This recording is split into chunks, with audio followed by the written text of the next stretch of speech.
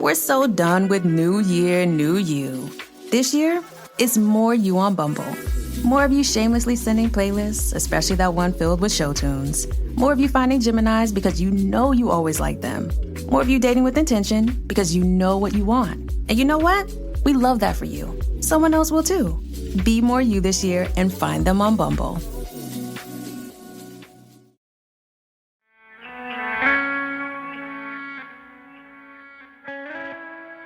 Hello, welcome, and Happy New Year. With me today is sports psychologist Dr. Erin Ayala. She's the perfect guest to set us up well for 2025.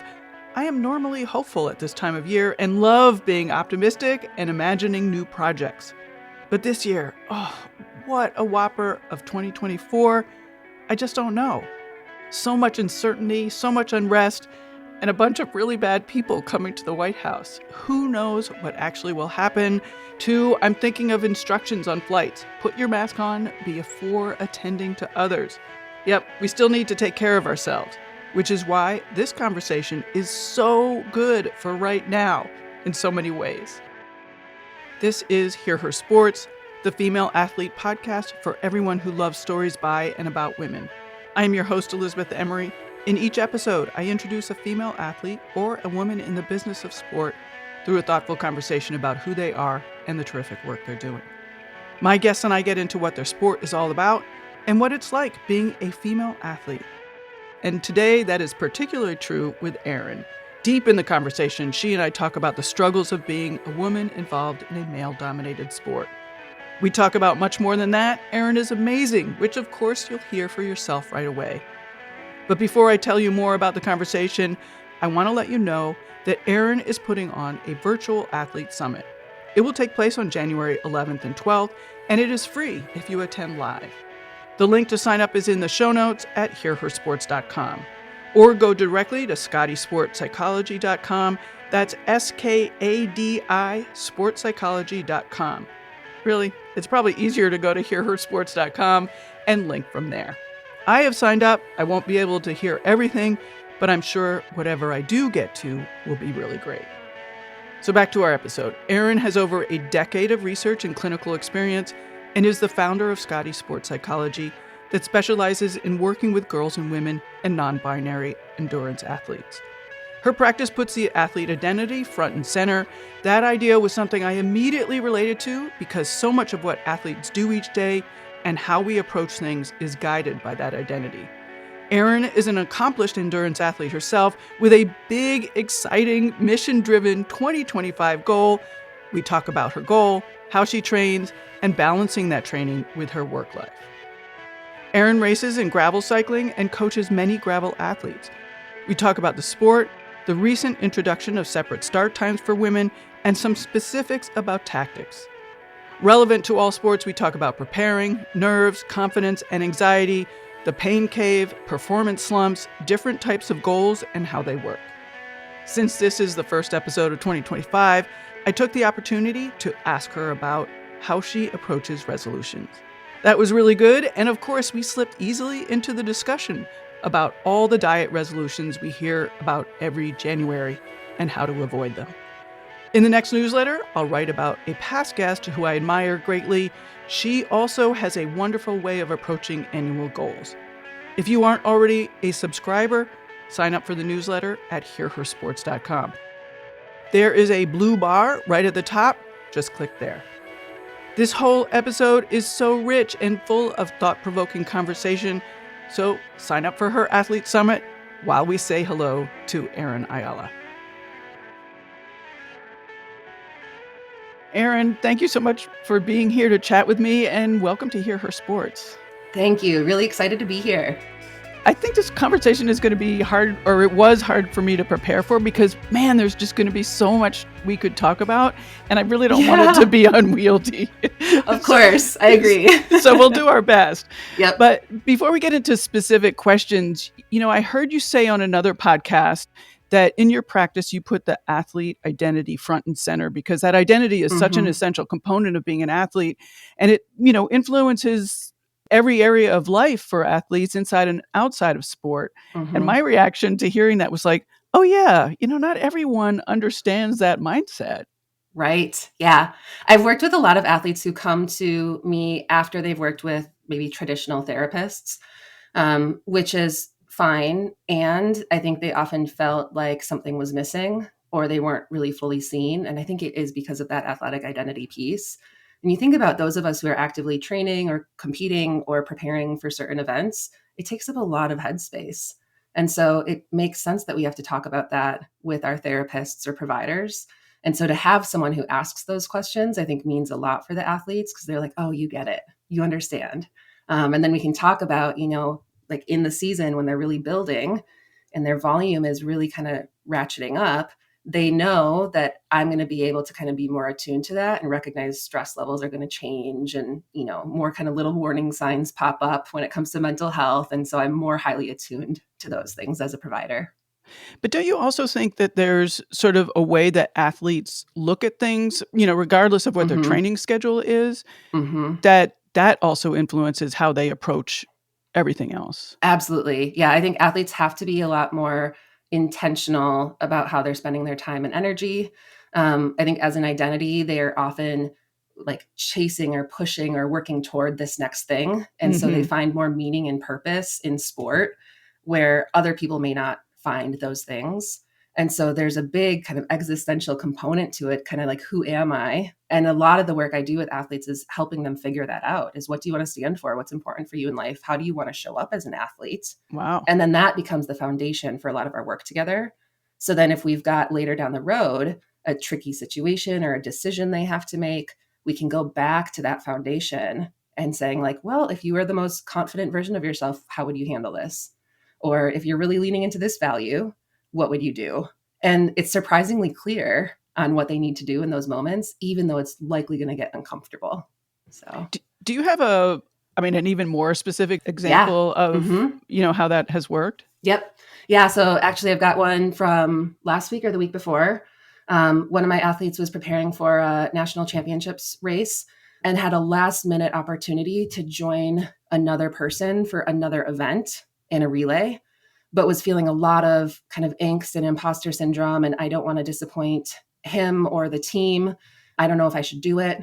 And so was kind of asking me, should I or should I not? And so we went back to her value system. And part of the value system is representing women in sport, representing moms, parents, masters athletes, and then fun and adventure and courage are also in the mix. So I was able to go right back and say, okay, what would the most fun and adventurous, confident version of yourself be doing? And she's like, oh, okay, the writing's on the wall. I got to do it. And so she did. And so often it's helping them understand, like, I understand you may not want to put yourself into the ring for this. Like, it takes a lot of time and energy. It's kind of scary, but you're also going to get a lot out of it, even if it doesn't go your way, because you're at least proud of how you showed up when you did, as Mhm. opposed to kind of opting out because that's a safer kind of process. Because then you don't have to face those difficult thoughts and feelings of throwing yourself into the ring and being vulnerable and being watched, for example. So, Oh man, you have just talked about all sorts of stuff I want to talk about later. yeah. But first, as part of, like introducing you, I Yeah. have to ask about your own training because you mentioned in our preparatory discussions that you have a big, big event with a celebration coming up this summer. Yes. Yes. So Mm-hmm. you will be getting inducted into the 1,000 Mile Club of Unbound Gravel. And I Yep. find this just utterly Yeah. stunning. Assuming I finish, but boy, it is going to take a lot for me to not finish because I'm so stubborn. I I love Unbound. There's something special about that event. But last year I felt a huge gender disparity. I think it was 6 to 7% of women finished the 200. Wait. Um, What? mhm. Yeah. So the field, or 6 to 7% of the field was women for Wow. the 200 mile distance based off of the finishers. I think there were 61 women and like 900 participants. Oh my So when I God. was out on that course, I felt it. And especially, I came from marathon and then triathlon and then went into cycling. And some years there have been more women than others, but last year it was, man, I don't know if I was just more aware of it but then what happens is they invite all of the 1,000 mile club participants or kind of winners or I don't know, competitors on stage during the award ceremony. And a few years ago, I was there at the ceremony and they were calling them all up and they're all guys. And I'm like, we need to disrupt this testosterone on stage. Like and I think I had just finished my third. I was like, okay, 2 more, I can do it. Like, let me in. Wow, so you've been going for it. Yeah. It was not casual. It's been really a cool journey. And, endurance sports, as you know, like we unpack a lot of stuff while we're out there grinding it out, just like a lot of our own emotional stuff. And it's a really great place for me to process that and figure out how I want to show up in sport as a woman who still competes and helps a lot of other girls and women and non-binary athletes. Like, I want to practice what I preach. And part of that for me is representing. So I'm going for it this year. Excellent. Well, I'm going to follow, definitely. Yes, absolutely. Yeah. I was going to ask you about the recent discussion in the changes of gravel start times for elite women field. I mean, does that enter your thoughts and has that impacted your racing? Yes. So it answers my thoughts largely as a sports psychologist because I work with some of the women who have been affected by those separate starts. Mm-hmm. And it's really interesting because one of the things as a sports psychologist, I spend a lot of time on like helping them prepare for race day and helping to kind of how are you going to handle the anxiety and the nerves when it's going to show up?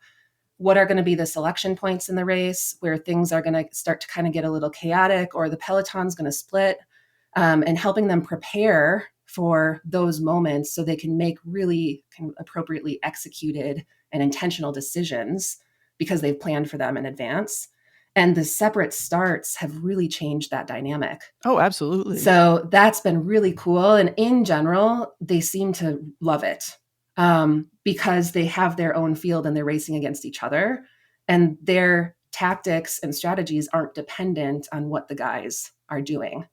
So it has also made them, force them to kind of be different racers because they're not able to depend on, latching onto wheels of some of the faster guys and catching a ride. It's a totally different mindset because, it really is. The one is just like, all I have to do is hang on for dear life. Right. Hang on to a wheel.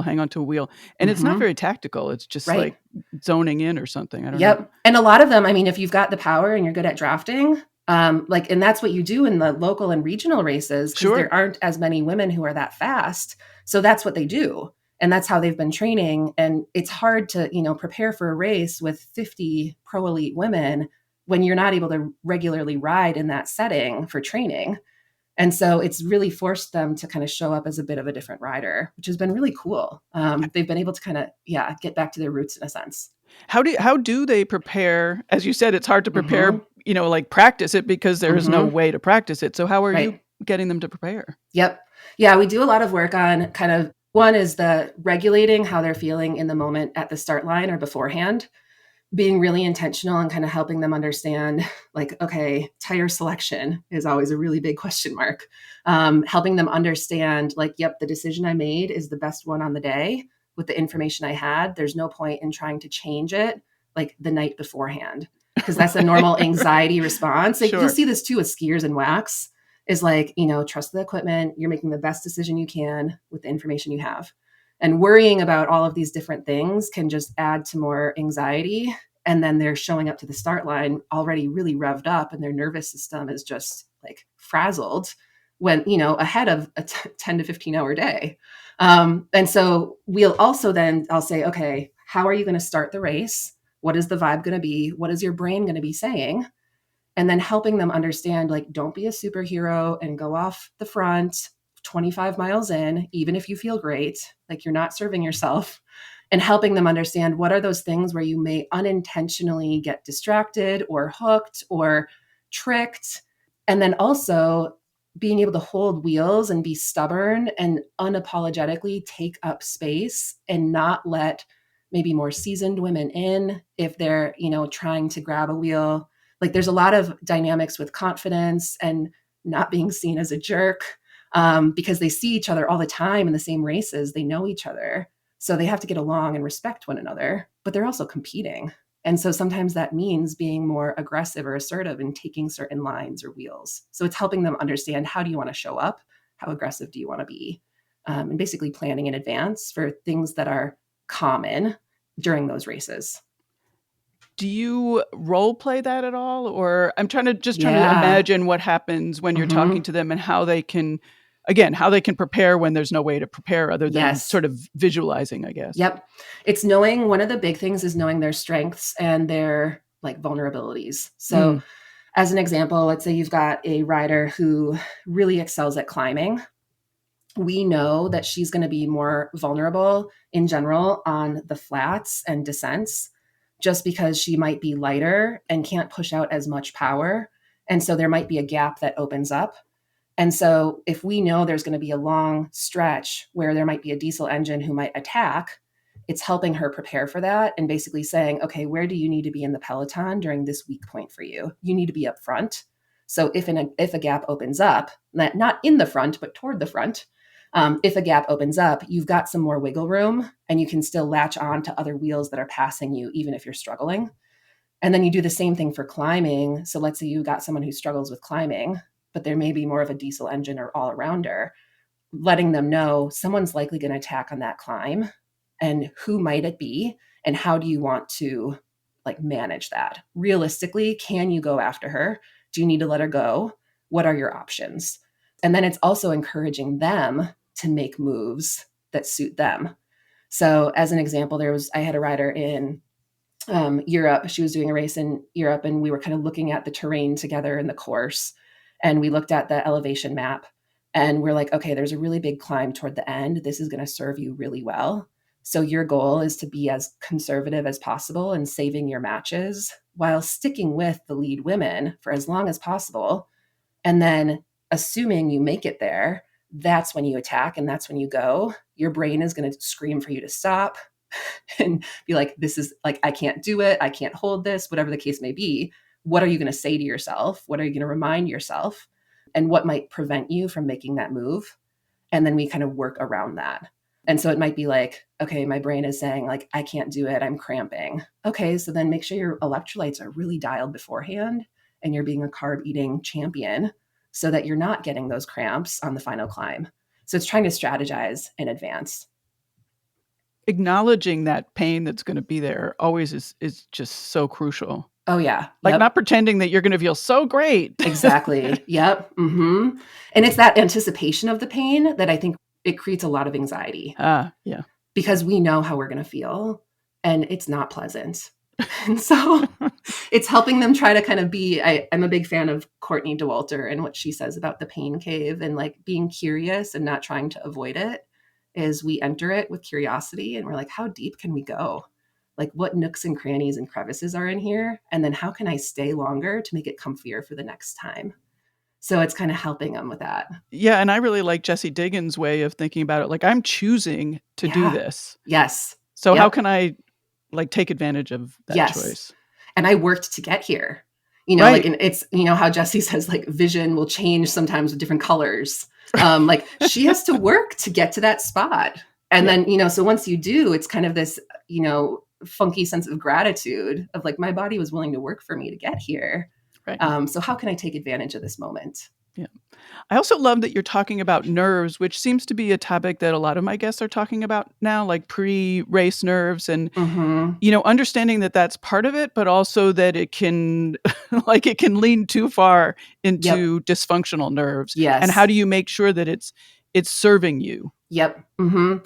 Yeah. I think honestly, that's one of the best skills any athlete can have is to find that sweet spot for arousal.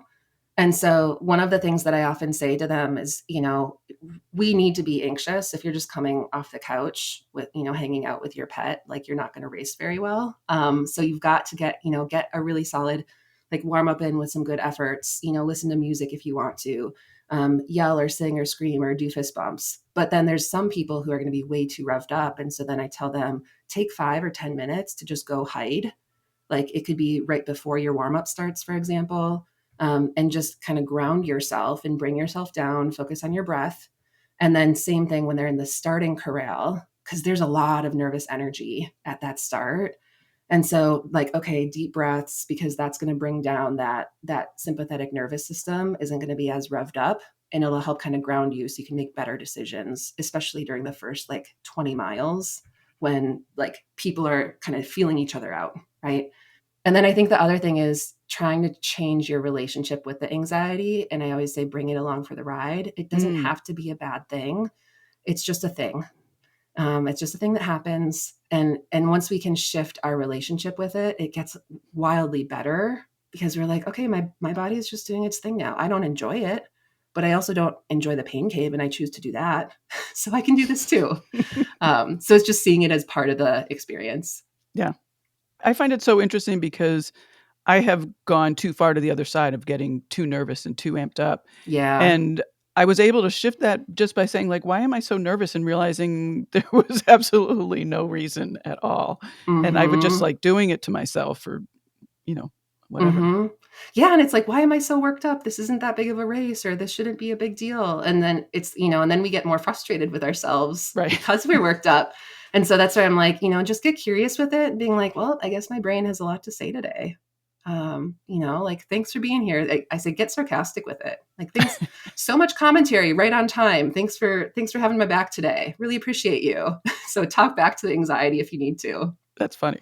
Mm-hmm. I'm assuming that because you are racing at a high level and, Unbound is long, so that Mm-hmm. you are training quite a bit, that Mm-hmm. you have questions yourself about balancing this high level of training, many hours, with the Yeah. other parts of your life. I mean, you're not a pro, Right. but you have that athlete mindset that we've talked about. You want to be prepared, you want to be ready, you Yep. have specific goals and you want to improve, but there are a lot of buts. You have other Yes. interests and other responsibilities. Yep. Yeah.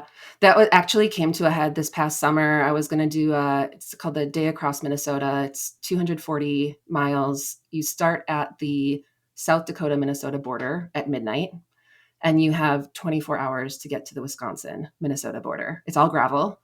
And so you're riding at night. And then you're also riding in the heat of the day in August. And I really wanted to do it, and I was registered for it. But after Unbound, work was wild in the best of ways because I love it so much, but I just didn't have enough time. And so my relationship with training started to slip. And I felt like the workouts were a chore that I was not getting done. I didn't feel motivated. And so in that case, I pulled the parachute and withdrew. And it was really hard because of my own stuff and feeling like which is silly, if I'm a sports psychologist, I should also be doing all of these really rad races, which it's not about that.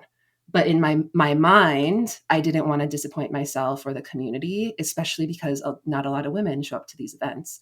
So doing it was in my best interest in the long run, because then I was able to get a renewed sense of energy and doing things for me, not because it was an obligation.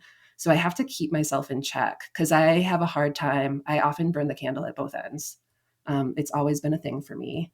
And I unintentionally run myself into the ground and then I face the consequences. And it's like getting sick. Of course, yeah. And so, which is exactly what I tell my athletes to look for as well, is if you don't listen to your body, it's going to push back. So it is tough to find that balance. Do you have tricks? I mean, it just, Mm-hmm. and I think it's especially hard. And I was recently, it's on my mind right now because I was recently talking to another athlete for the show, and we were talking about this as well. Is she's an adult, and so she has adult responsibilities and other Mm-hmm. jobs, but she still wants to improve in her sport. Yep. And so she really, hasn't figured out how to do that other than just to be okay with improving more slowly than her counterparts. That's one of the keys, is reminding yourself. I often say the bigger that the gap is between reality and our expectations, the more psychological distress we're going to have. So some athletes might continue to they might expect to continue to perform and compete and train at a certain level. But if the reality is not going to let them do that because of work or family or other obligations, there's going to be a lot of frustration and stress there. So I always say well, you've got to change your reality or you've got to change your expectations, or both, and you meet in the middle. So for me, it's changing my expectations of how fast I'm going to be or how competitive, and trying to focus more on what I preach, process goals and not outcome goals. So last year for Unbound, I really wanted to beat the sun, but I also knew, just because the conditions on the course can wildly affect the times. So it's kind of this if it happens, that's great. But my actual goal is to focus on carbs and fueling and keeping it steady. And then I ended up beating the sun, which was amazing, but it wasn't the expectation. And so I think one of my tricks is one, mapping out my workouts every Sunday evening. I look at my training plan and say, what do I have this week? And then scheduling them as if it were like a date with my partner. I'm not going to, like I'm going to follow through. I'm going to show up. Or if it was a meeting with a client or one of my mentees. And so I have to also show up for myself. And so that has been helpful. I have had to step back from strength training just because it's hard to get it all in. So I've had to adjust my expectations there. And then also listening to my body and letting myself rest has been really important. And so it's trying to be more compassionate with myself. Yeah.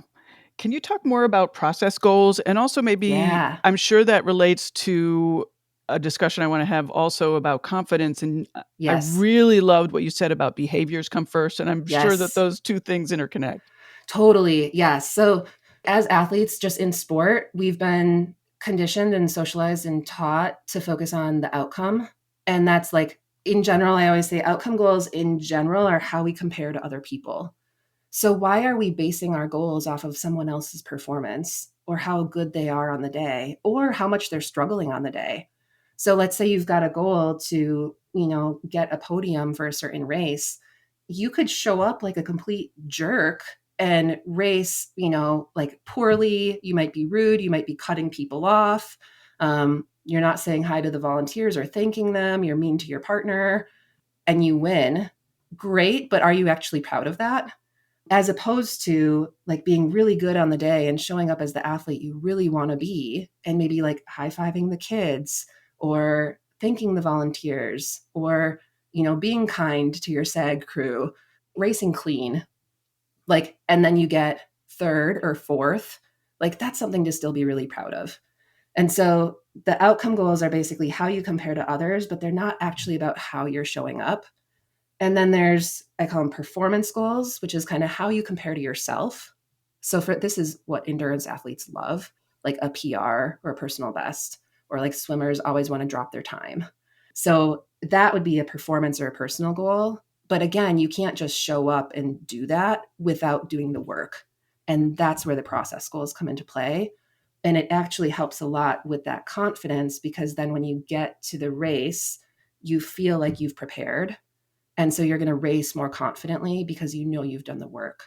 So process goals there's a big variety. I always say like you can make the rules and you can choose to break them if you want to. So it might be related to sleep, food and nutrition, hydration, mobility, for athletes nursing injuries like PT, and saying, okay, I'm going to do my PT exercises every night before bed because that's going to help me reach my outcome goal. And then you can also do process goals like for the actual races. So my goal for Unbound, I think it was 80 to 90 grams of carbs per hour. Carbs are having a big moment now in endurance. Yes. So that was my goal, is every hour I would have that much and I knew how much I needed. And so then each hour I kind of kept myself in check, and that also helps the time go by. You can also do process goals on like certain parts of races, kind of where you want to make a move or race more aggressively or be more conservative and careful.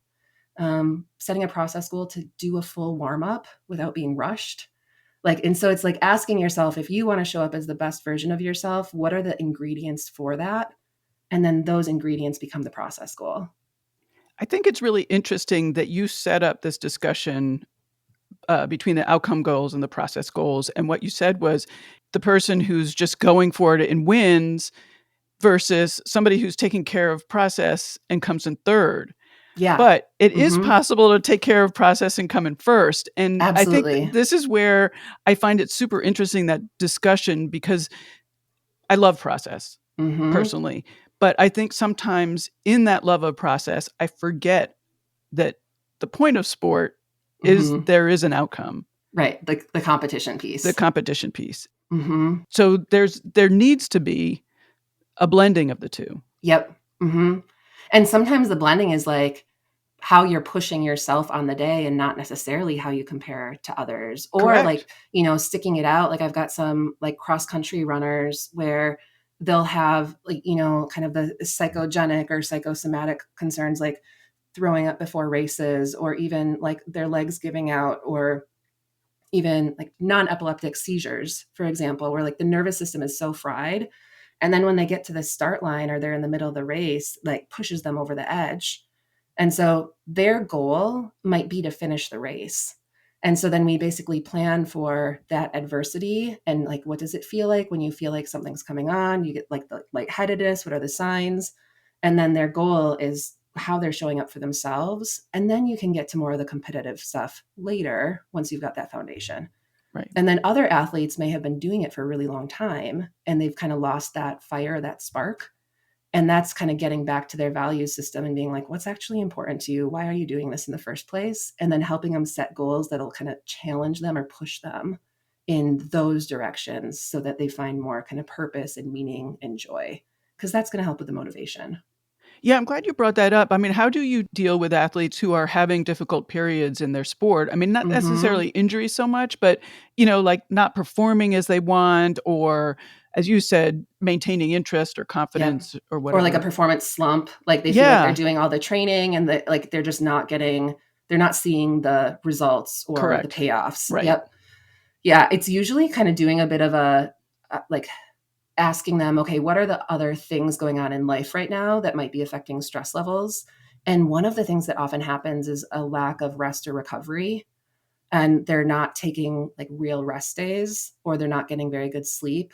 And so sometimes it's setting goals based off of that and saying, like, let's recalibrate and go back to the basics and then see how you feel again in 2 weeks, for example. But then there's the mental component. This is super common.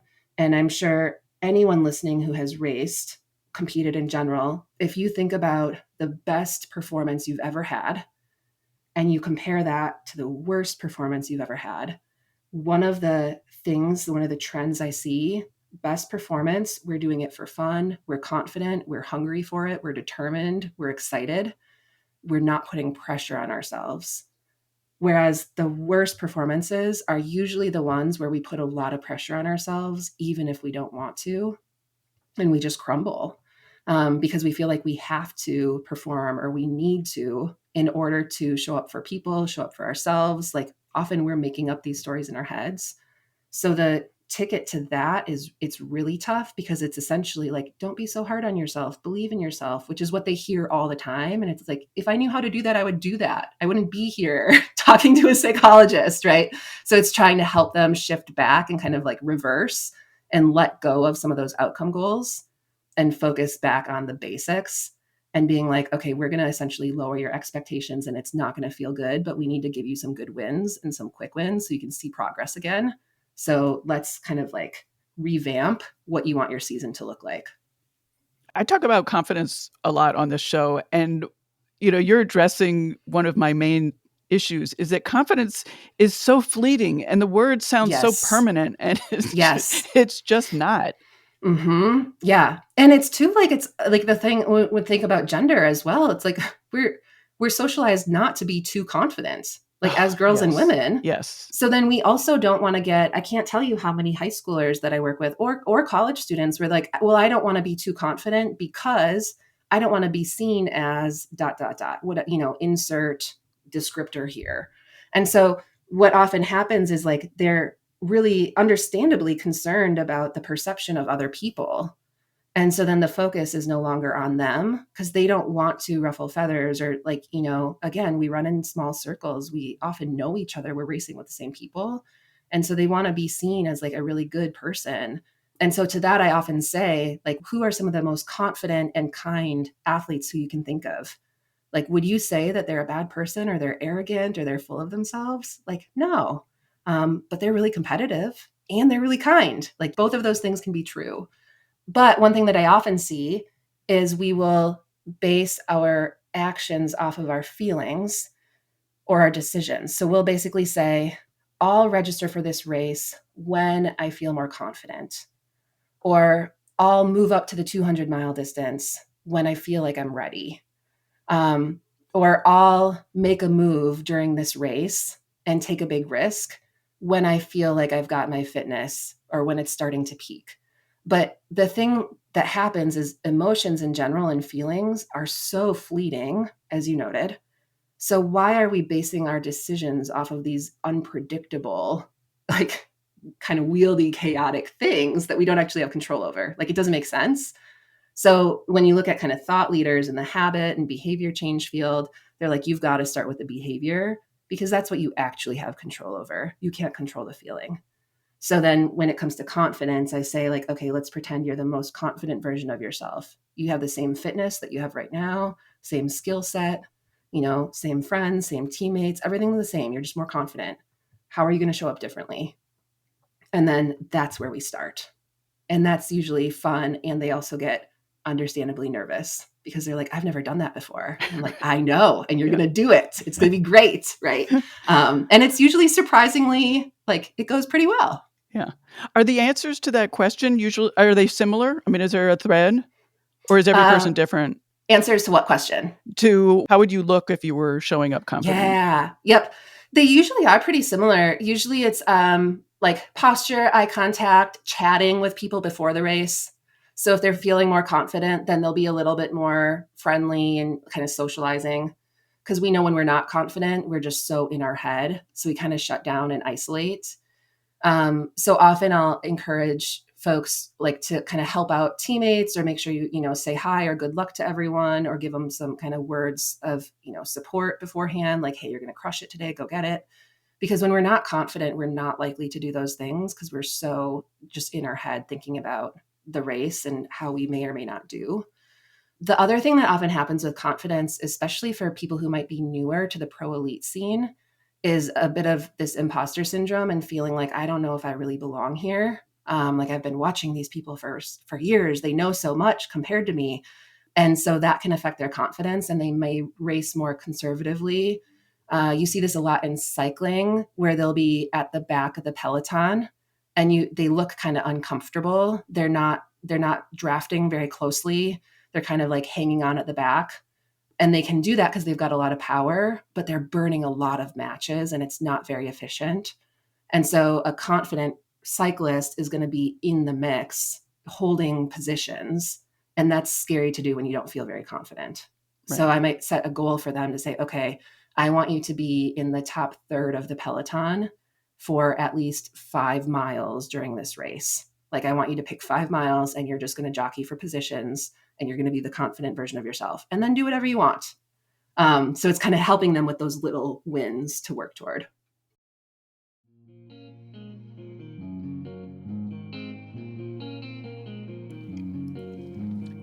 It turns out Erin is a big reader. She gave me lots of recommendations, many of which I've added to the Hear Her Sports Bookshop page. Look for them also in the show notes. Bookshop supports local bookstores, and they also send this very podcast a small percentage of every purchase made through our bookshop page. Be sure that the Hear Her Sports logo remains in the upper left-hand corner while you are ordering so that they know you ordered through us. Browse through all of our book lists and order at hearhersports.com/books. You can also get there from the books tab at hearhersports.com.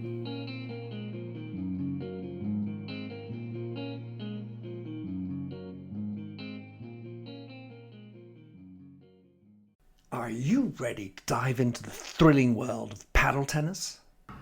Join me, your host, Minter Dial, on the Joy of Paddle podcast, where we serve up exclusive stories from pro players, industry insiders, and passionate enthusiasts. From valuable tips to hilarious anecdotes, we're bringing you the best of paddle twice a month. Whether you're a seasoned player or new to the sport, there's something for everyone on the Joy of Paddle. Subscribe now and join the paddle revolution. And now, let's get back to it with Erin Ayala.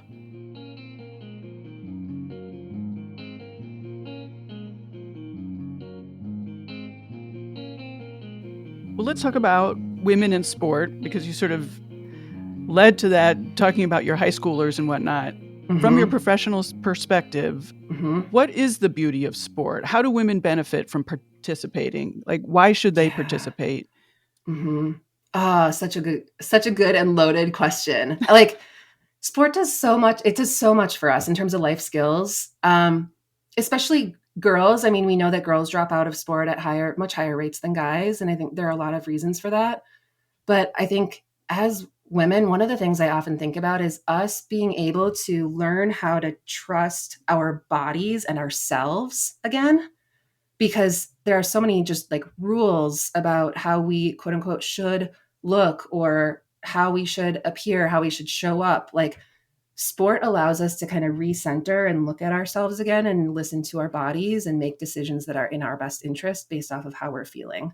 And that also includes for like fueling decisions and nutrition, especially like I see it with a lot of my like Gen X clients, the diet culture that they've been inundated with over the years about like, you know, whether it's Atkins, like low carb, carbs are bad, low fat, fat is bad. Like all of these keto, intermittent fasting, like there's Whole30, like I could go on, there's all of these trends, but you know, you mix that with kind of this like health and fitness field. And it's like, they don't even know what foods they enjoy anymore, how much they should be having. And they're not listening to their body because they've been inundated with these messages about what it means to like how you should look or what you should eat. And so sport allows us to reconnect with those decisions and make them for ourselves, which I think is really powerful. It also helps, we know, with mental health. Exercise is one of the best forms of kind of preventive care in terms of mental health concerns, especially depression and anxiety. It's a really great place to work on for girls, especially social skills and interpersonal skills, leadership. I don't know the stats offhand. You've probably heard some of them about like the number of CEOs who are women who have been former athletes. Yeah, Is it's really high. 94% or something like that. Yeah, It's right? super It's high. It's wild. extraordinary. Yeah. Yep. Emotion regulation skills are huge in sport. We have to learn how to sit with our stuff, like, and still show up even when we're not feeling well. There are so many life skills that are incredible. And so I think girls are missing out on those when they drop out too quickly.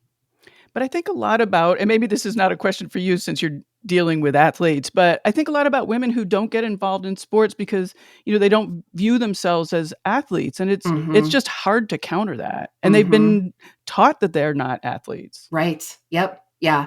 There's I think it's Stacey Sims says, if you exercise on purpose, you're an athlete. Yes. Yeah. And so I do a lot of that as well. And being like, okay, you may not see yourself as a quote unquote real athlete, but what does that mean anyway? You know? And so like you get to define that.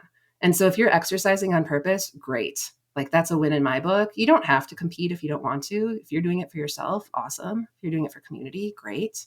It's kind of like helping them find their why. And so I kind of help them, I guess, kind of check those labels of like, what do you want athlete to mean for you? And is it important? Right? Because some of them might be like, nah, I don't want to be an athlete. I just want to work out for fun. Like, okay, that's cool. You mentioned that in your sport and gravel cycling, that 6%, you know, it's a really low number of women. Yeah. You know, how do you stay positive and engaged when you are in a sport that is mostly men? And frankly, like a lot of the sports are mostly men. And as we discussed in the gravel racing, there are, you know, like there are performance and tactical consequences to those numbers. Yes, there are. Yeah. For me, but there's also community consequences. Sorry to interrupt, but there's community consequences as well. Yep. I think I've found community through gravel in that, like when I'm on course and I see like, you know, people in the women's field, the non-binary field, like we'll rally to support each other and like, yeah, get it. Like there's just kind of this new energy. And I feel like we work a little bit harder to support one another. It might feel a little bit different in the pro elite field because there's more competition there, especially for those who are in like the Lifetime Grand Prix, like there are points on the line. Whereas for most age groupers, it's more of like, if I finish on the day, awesome. So I think being on course, we just work harder to support one another. I think we also work harder off course to support one another. I can't tell you how many conversations I've had with, and part of it just might be my role as a sports psych who's really passionate about women in sport, about just like women feeling kind of deflated or bummed or frustrated, or even some kind of gaslighting of like, was I being too sensitive? Did I overreact? Should I not have said something in this situation? When there are like microaggressions, for example, when there are more microaggressions, they might be more likely to kind of opt out and choose not to go on certain rides anymore. And so they may unintentionally become a little more isolated. And it's a lot of the things that are said are just really unintentional. Like, are you sure you're here for the A ride? Like the B ride's over there. Or just Right. making assumptions Yeah. about body types or assumptions about age. Yeah, it's tough. And so I think it's trying to lift one another up and remind one another why we're here. I liked what you said earlier about you're doing these gravel races just so that you are a representation. Yeah. Yep. Though that is it can be a slippery Totally. slope, Oh, right? totally. Because then we feel obligated to show up. Right. Like I remember I was in a local association meeting a few years ago, and it was with all the kind of USA Cycling, like the regional kind of coordinators, directors, race promoters. And they're like, we need more women at the start. Like, we just need them to keep showing up. And I couldn't help myself. I was doing a lot of cyclocross at the time. So I would jump into multiple races. Like I would do the Athena for women who are like 160 pounds or more. I would do single speed. I would do the category, that I was in. And I raised my hand and I was like, I've done 65 races this year. Like, don't tell me to show up more. I can't. Like I'm giving you all I've got. And well, it's also doing that thing that often happens is it's putting the onus on you, the athlete, Exactly. the woman, to do the work when really Yep. the organizer needs to do something different. Yes, exactly. Yep. And so that is a really tricky slope. And I've had plenty of like clients or friends who are like, I don't want to go to this race. It's not filling my bucket today. My body's really fatigued. I'm, kind of flirting with injury, but I feel obligated to show up because the race director knows me and I told him I'd be there. And with USA Cycling, for example, upgrade points, you need a certain number of women in the peloton in order to get the points. So then if you don't show up, you might be affecting someone else's ability to get those points to upgrade to her next level. And so then it's like, it's so hard because do you put yourself first or do you put the community you love so deeply first? And it's a really tricky decision. It is a tricky decision. And then also it's often, forget about everything that you just said. It's also, if you're one of the few women that shows up, often it's not that fun. Right. Totally. Yeah. Because there might be five of you in the peloton for a 45-minute crit race and someone goes off the front and then there's 4 and they're like, well, I guess what are we going to do now? Right. Like, are we going to attack? Are we going to chase? Like, it's just, the dynamics. And it's wildly different than if you go to, Tour of America's Dairyland or what I can't remember what they're calling it. I think it might Chicago Crit Cup now, whatever Intelligentsia has been revamped as. Like those are wildly different vibes and atmospheres. So then some of the guidance that we'll receive is to race with the guys in the men's peloton, which like there's a time and place for that for some people, but that's tough emotionally, speaking from experience. Like, and it's not like they're being mean or anything, but you don't feel like you belong. And that's not a fun feeling. It's not a fun feeling, but it also, like we talked earlier, it doesn't help you with tactics. You end up being in that role of like, I'm just hanging on for dear life, taking really fast corners and turns. Right. Yep. Right. Yeah. Yeah. Like reading the race, like I was never up front making moves. I was hanging on for dear life with my coach yelling, move up. Story of my life. Right. So, I've heard that. Yeah. Mm-hmm. Yeah. Well, I want to talk about media coverage because there are so many ways to look at that. In your practice, have you had athletes who struggle with the increased TV coverage? Like I often wonder if I would have liked being on TV or not liked being on TV. Yes. Most of them, I think, have liked it and enjoyed it. And I know like Unbound with the helicopter, for example. Right. There was a lot of like, I think concern, because there were also people didn't really know it was the first time it had happened. And so they didn't really know what to expect. So anytime there's something new and there are a lot of unknowns, we're going to get more anxious. So there was, I think, a good amount of anxiety. Now that it's happened, as long as they are respectful, same thing like following like cars and Jeeps that are following you, some kind of doing the live coverage that we're seeing now, as long as they're respectful and they provide space, then it's usually fine. And they understand that like, this is just a thing that comes with the territory. So one thing that's interesting is often they're not provided with media training. And that can get tricky because if you don't know how to respond to certain questions, quote unquote, like appropriately, then you can get more heat for being more, frank, blunt. And then like there's social media and people share things and people say things, and then there can be drama. So I think there's an appropriate sense of like reluctance in that realm. But that's also just social media in general and any sort of media, I guess.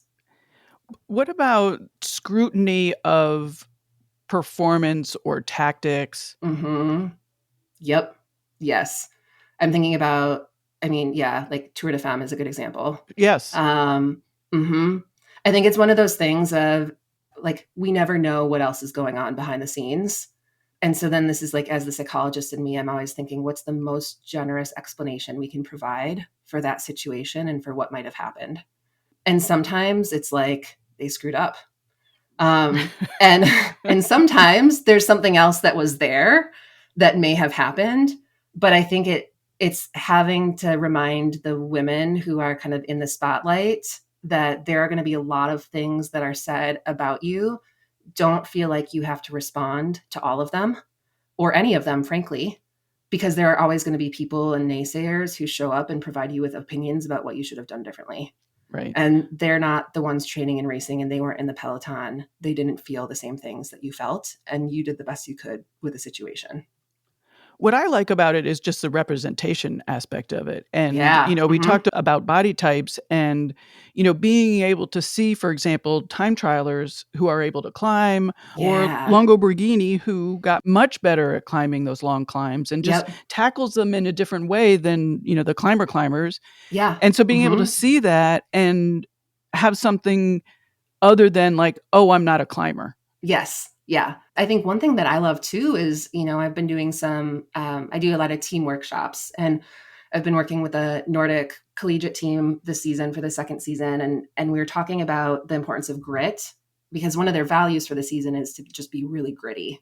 And so we talked about what that means. And I actually used Sophia Lockley as an example when you think about that final stage of Tour de Ski last year, where, so like she crushed it and she knew that that was going to be a really good climb for her. But there was a moment that a lot of people missed where she fell right behind I can't remember who was the woman in front. She was in second place. She was just closing the gap, and she fell during one of those hairpin turns. And it was such a cool moment to see a pro world-class skier falling and not even second guessing it, just getting right back up and closing the gap again like nothing happened. So seeing women like that in the media show what it looks like to be gritty and resilient is also really, really cool, I think, for the other women and kind of this next generation. So that's one of the other things I really love. We started off talking about representation, but we didn't really hit on it. And, we don't have to get more into it, but I'm always stunned by how important it is and how it's not given its due respect, I think. I agree. Yeah. And we've got so much work to do. I think like gender is just one example, but Sure. especially with like endurance sports, holy cow, it is such a white sport. Like we've got so much work to do. And like similar to what you said earlier, we can't put the responsibility on the people who are showing up, because for them to show up takes so much work to begin with. So then to ask for more, and I think people have really good intentions, but when they start asking for, more insight or advice or what should we do, then we're asking those athletes to essentially provide more free labor, right, when they're already working so hard to continue to show up to begin with. And so the system, I think we just have a lot of work to do to try to kind of, as I always say, like move the DEI needle in sport and really supporting organizations who are doing that work. And that's one of the things that I do with my company, with Scotty Sports Psychology, is just saying like, how can I really rally to support the other organizations? Because none of us can do it alone. Unfortunately, to be a good organization that does actually truly support diversity and, helping more people get to their race or event or whatever, it does require work, as you said. It is work. Yep. Privilege as well. Oh, sure, sure. Yeah, like I think about, I would not be able to, like my company, we donate a lot of 5% of revenue goes straight to 501c3s that are addressing racial disparities in sport and gender disparities in sport. But I would not be able to do that if it weren't for my financial stability and a partner and spouse who supports me chasing my dreams and also makes stable income, right? Like that privilege is also really real. that not everyone has and not everyone can do. Right? So it's layered. It is layered, yes. Well, we are speaking right now at the end of November. However, this will air at the beginning of 2025. So I do Nice. want to talk about resolutions and goal. It's a new Oh year. gosh, yes. Tell me, what are I your have thoughts so about many all that? feelings. Okay, go. So one thing I think that's just important to name is we are all going to be inundated with the new year, new you messages. And it's like consistency over intensity any day, right? So pick something that's consistent. If you want to move the needle in any, whether it's health, fitness, values, life, giving back, like great, but do it in a way that's sustainable rather than falling for the new trends or grifters or things that are being, whether it's, I joke about kind of ingest, like the 3-hour morning routine with daylight and meditation and a cold plunge and a sauna, and a workout. Like that's not sustainable for most people, let alone like, moms, parents who are also working full-time jobs and who are also athletes. So I think it's having a critical lens and being willing to understand that a lot of the companies might be pushing things like Noom is a good example with weight loss. They are taking advantage of our dissatisfaction or our unhappiness and using that for marketing. And so it's important for us not to fall into those traps and be like, I see you. I see what you're doing. I'm going to do this in my way. Thank you very much. And then finding the companies who can support you in a sustainable way rather than focusing first on like pushing this new product or this new thing. So, and sometimes it's more of this, it's like the basics, like sleep, 3 meals and 2 snacks a day, hydrate, exercise regularly. It's sticking to kind of the quote unquote boring stuff that we know works, but it works for a reason. How do you approach your own goals? I mean, do you do them by the year or like how? Yeah. Yeah. I don't actually do them by the year. I think I've fallen into that trap before. It's interesting. There's Katie Milkman does a lot of research. She's like a behavior change scientist, professor. And there is something to say about the right timing. And the new year is a nice time because it feels like a nice kind of refresh, like we hit start. So it can work. For me, I just start them, frankly, whenever I feel like it. And that's really liberating. And then I'll try to also set goal. I'll be like, okay, what's sustainable? What's realistic? So if I want to meditate every day, that's what I've been working on lately. I'm not going to expect myself to do 20 minutes every single day. I'm going to start with once a week and then twice a week and then 3 times a week. And it's not going to be 20 minutes. It's going to be 5 or 10 if I'm feeling up to it. And that has been more helpful because then we get more little wins and we don't say like, oh, well, clearly I couldn't maintain that. I fell off the wagon again. Or like we say this a lot with nutrition, like cheat days. I'm like, you're not cheating. No, these aren't like you make the rules. So everything in moderation. So I think we have this all or nothing thinking, and we feel like if we failed on a certain day, then it's like, we give up or we quit.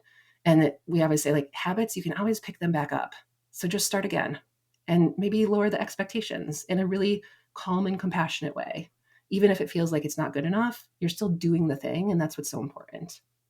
Do you evaluate yourself at some point? Yeah. Yes. Mm-hmm. Okay. I love habit trackers are my favorite. What's a habit tracker? It's like a little, there's different versions. You can do them even just like on a spreadsheet with little check boxes. You can do, I've got some teens or college students that just really like stickers. And like for every day that you do your PT, put a sticker on that square on the calendar. And so then you can see the visual representation of the work that you're doing. So like Duolingo or some other kind of popular apps are really good at this with this gamification where they help you develop streaks. The thing that's so cool about Duolingo is it has you, even if you miss a day, it doesn't shame you for it. It allows you to pick it up without breaking your streak. And that's part of the game is you get like these free, I can't remember what they call it, like a streak freeze or something. So it's like the habit trackers allow you to visualize that progress and see the success. So then that helps with the motivation. Cool. Yeah. There is one thing that's worth noting. And I'm doing a free summit January 11th and 12th And we're pushing back against this narrative of kind of the new year, new you. So we're bringing in a bunch of speakers who'll be able to talk about kind of the sustainable health and fitness and what we're working toward and how to actually do it.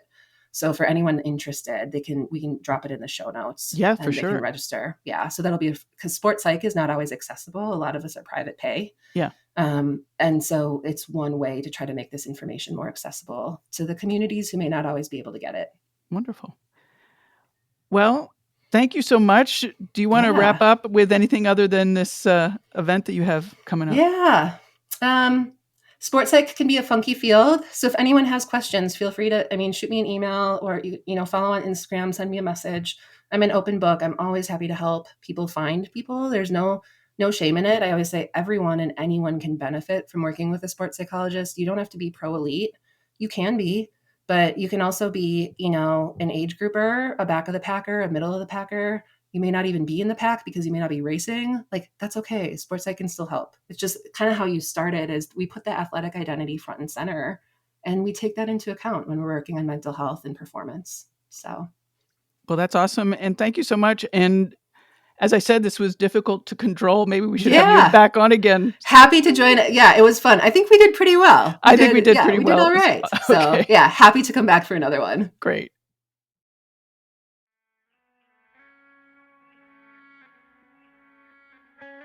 Erin, thank you so much. What a treat to have you on Hear Her Sports as the very first guest of 2025. And listeners, I'd love to hear what you have planned for 2025 and how you are approaching things and what you're thinking. Email elizabeth@hearhersports.com. In regards to this episode, I'm thinking this is a good one for any sports organizations you know who are looking to increase female participation. I loved what Erin had to say about that, so do pass it along. It really was helpful for Erin to describe what she and her clients have experienced and hear how familiar it all sounded. None of us are alone. There are lots of links in the show notes this week, so check that out. In particular, a link I recommend is the one for Erin's Athlete Summit. Again, live access is free on January 11th and 12th. There is also an all-access pass. I love supporting my guests and their projects whenever I can, and the Athlete Summit looks great. Some former Hear Her Sports guests will be speaking, and it looks like a very interesting gathering of some smart people. Thank you for listening. Hear Her Sports is one of the few podcasts that give female athletes and women in sport the time and the space to talk about what's important to them and about their sport. It is a perfect way to get to know the female athletes you love and to meet new ones. Keep listening. I'll see you in 2 weeks when we add another fantastic woman in sport to our community. Bye-bye.